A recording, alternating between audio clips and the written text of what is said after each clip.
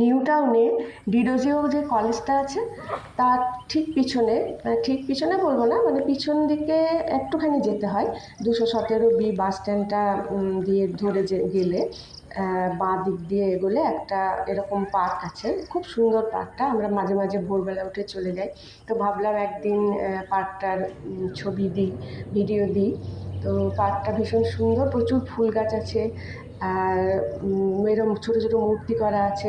বাচ্চারা খুব যায়, সন্ধেবেলা ফোয়ারা টোয়ারা আলো জ্বলে খুব ভালো লাগে দেখতে। সামনে যখন বর্ষা থাকে না তখন সামনে বেশ নানা রকম খাবারের স্টল বসে যায় পার্কের গেটের সামনে, খুব ভালো লাগে। বাচ্চারা দৌড়োদৌড়ি করে, অনেক প্রচুর মানুষ হাঁটতে আসেন, এক্সারসাইজ করেন বা যোগা করেন, কিন্তু একটুও বোঝা যায় না যে এত লোক আছে। এতটা বড় পার্ক, আর ভেতরে দেখুন কি সুন্দর এরকম ছোটো ছোটো করে ক্যানেল করে দেওয়া আছে, জল সবটাই কৃত্রিম কিন্তু খুব সুন্দর করে সাজানো আছে, ভীষণ ভালো লাগে। প্রচুর পাখি আসে, প্রজাপতি, একবার গিয়ে দেখতে পারেন।